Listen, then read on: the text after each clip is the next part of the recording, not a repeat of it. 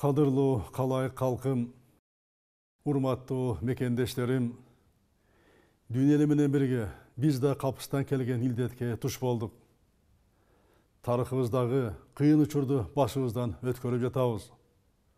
Бул апат биздин элибизге да кайгы алып келди. Илдеттин кесепетинен ондогон мекендештерибизден айрылып калдык. Кыргыз мамлекетин өнүгүш үчүн өмүрүн арнап, элим жерим деп жашаган инсандарыбыз кайтыш болду. Каза болгондордун жаны бейиште болсун деп тилейбиз. Өз жакындарын жоготкон мекендештерибиздин аза кайгысын тең бөлүшөбүз.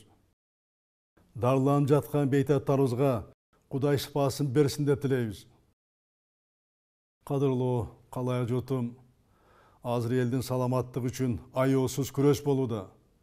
Бул күрөштүн ийгилиги элдин биримдигинен көз каранды, ынтымак, тилектештик менен ар бирибиз жарандык жоопкерчиликти бийик сезсек, бул балени жеңебиз.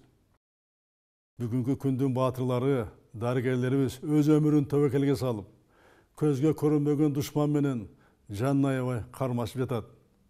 Алардын ак эмгегине таазим этип, терең ыраазычылык билдирем. Урматтуу кыргызстандыктар, адам өмүрү баарынан кымбат. Өлкө президент катары мен үчүн мындан өткөн ыйык да, бийик да түшүнүк жок. Ар бир жараныбыздын саламаттыгы мамлекеттик мааниге ээ. Жооптуу атка минерлерден элдин саламаттыгы үчүн жан үрө иштешин талап кылып жатам. Азыркы кырдаалдагы көйгөйлөрдүн чечилиши жеке өзүмдүн, коопсуздук кеңештин көзөмөлүндө. Кайсы өлкө болбосун, элдин бийликке болгон талабы күчөөдө. Бул табигый көрүнүш. Бизде да элдин талабы кайсы бир маселелер боюнча нааразылыгы ачык айтылууда. Баарын көрүп, түшүнүп турам. Кемчиликтер аз эмес. Мен да сиздердей болуп, алардын тез чечилишин каалайм.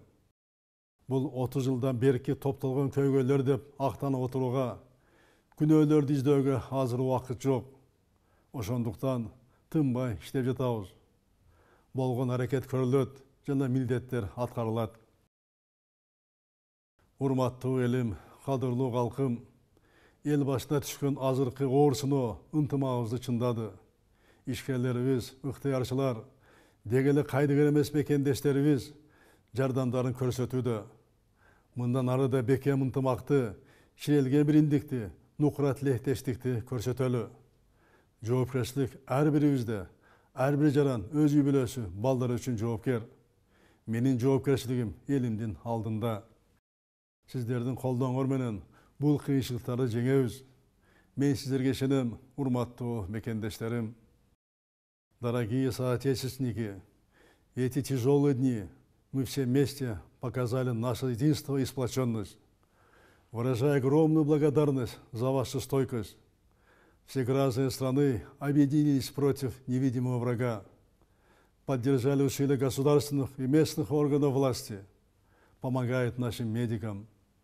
В эти дни мы единый народ Кыргызстана с честью и достоинством преодолеваем суровые испытания истории.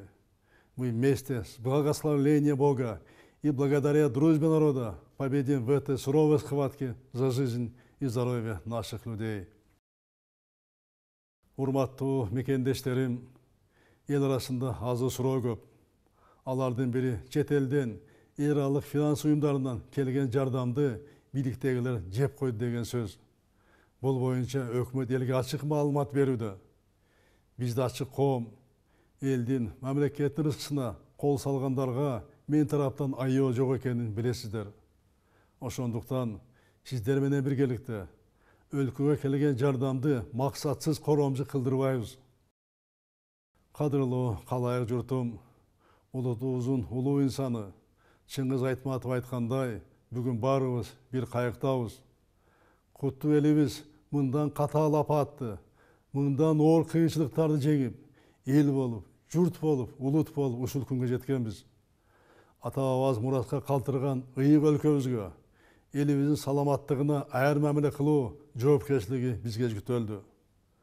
Тарых алдында, келечек урпактардын алдындагы жоопкерчилик милдетибиз бийик. Элибиздин азыркы муундун кайраты, руху оор сыноодон өтүп жатат.